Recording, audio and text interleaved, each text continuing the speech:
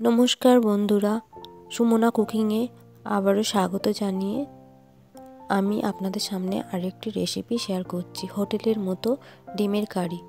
তো এই রেসিপিটা বানানোর জন্য প্রথমেই আমি ডিম সিদ্ধ করে নিয়েছি। তারপরে কড়াইয়ের মধ্যে একটু বড় বড় সাইজের পেঁয়াজ কেটে নিয়ে ভেজে নিয়েছি।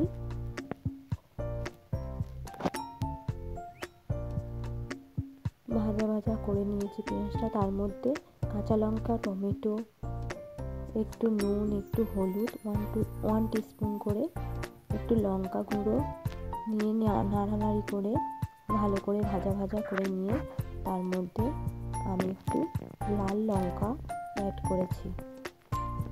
আবারও সব মিশিয়ে দিলাম। এবারে ভাজা ভাজা হয়ে গেলে আমি কিছুক্ষণ রেস্টে রেখে দেবো ঠান্ডা হওয়ার জন্য। তারপরে ঠান্ডা হয়ে যাওয়ার মধ্যে একটা মিক্সির কাপের মধ্যে আমি তুলে নিয়েছি।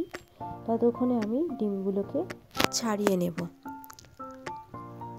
ডিমগুলো আমার ছাড়ানো হয়ে গেছে। আবারও কড়ার মধ্যে তেল নিয়ে নেব।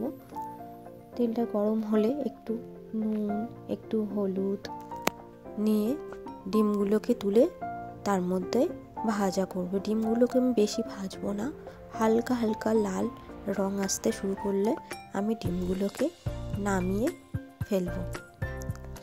ততক্ষণে আমি ব্লেন্ডারে মশলাটা পিষে নিলাম। এবার ডিমগুলো রং হালকা হালকা চলে এসছে, ডিমগুলোকে আমি নামিয়ে ফেলব। ততক্ষণে আপনারা বলে ফেলুন কে কোথা থেকে আমার এই ভিডিওটা দেখছো, তবেই তো আপনাদেরকে আমি ধন্যবাদ জানাতে পারবো। তারপরে কড়ার মধ্যে আবারও কাঁচা লঙ্কা দিয়ে দিলাম, দিয়ে আদা রসুনের পেস্ট দিয়ে দেব। 1 টিস্পুন করে আদা রসুনের পেস্ট দিয়ে ভালো করে কষিয়ে নিয়ে আদা রসুনটা যাতে গন্ধ না থাকে, আদা রসুনের গন্ধটা চলে যাওয়ার পরে আপনারা চাইলে পেঁয়াজ ভেজেও রান্না করতে পারেন এই ডিমের কারিটা। কিন্তু এই রকম আমি যেমন করছি এরকম করলে টেস্টটা একটু বেশিই আসবে। একদম হোটেলের স্টাইলেই আমি করছি, আর হোটেলের মতো টেস্টও হবে। আপনারা একবার এরকম বানিয়ে দেখতে পারেন, আমার তো মনে হয় আপনাদের খুব ভালোই লাগবে। তারপরে আদা রসুনের গন্ধটা যখন চলে যাবে আমি স্মুথ করে মশলা যেটা ওই পেঁয়াজ রসুনের পেস্টটা করেছিলাম সেটা কড়ার মধ্যে ঢেলে দিয়ে মিডিয়াম আঁচের মধ্যে নাড়াচাড়া করতে থাকবো। আবারও কষিয়ে কষিয়ে নেব।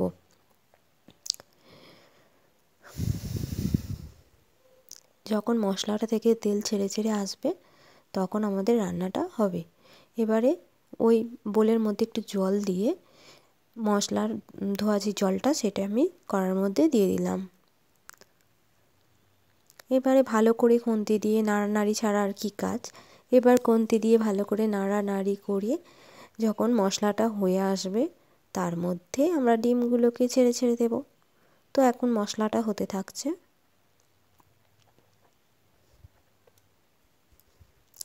এর মধ্যে একটু ভাজা মশলা আর একটু গরম মশলা অ্যাড করে দিয়ে আবারও মিলিয়ে মিলিয়ে নেব খুন্তি দিয়ে।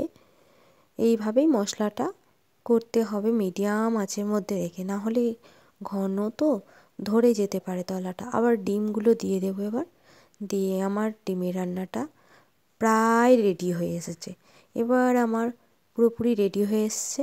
আমি একটা পাত্রের মধ্যে আমি একটা একটা করে তুলে আপনাদেরকে দেখাচ্ছি। দেখতেই তো পাচ্ছেন কতটা সুন্দর দেখতে হয়েছে। যেমন দেখতে সুন্দর তেমন খেতেও কিন্তু সুন্দর। তো এই রেসিপিটা আপনারা বানিয়ে একবার দেখতেই পারেন, খুবই টেস্টি। তো আমার এই ভিডিওটা কেমন লাগলো অবশ্যই অবশ্যই জানাবেন আপনারা বানিয়ে। তো আমার রেসিপিটা দেখতেই পাচ্ছেন খুবই টেস্টি হয়েছিল। তো আজকের মতো আসছি, আপনারা ভালো থাকবেন, সুস্থ থাকবেন।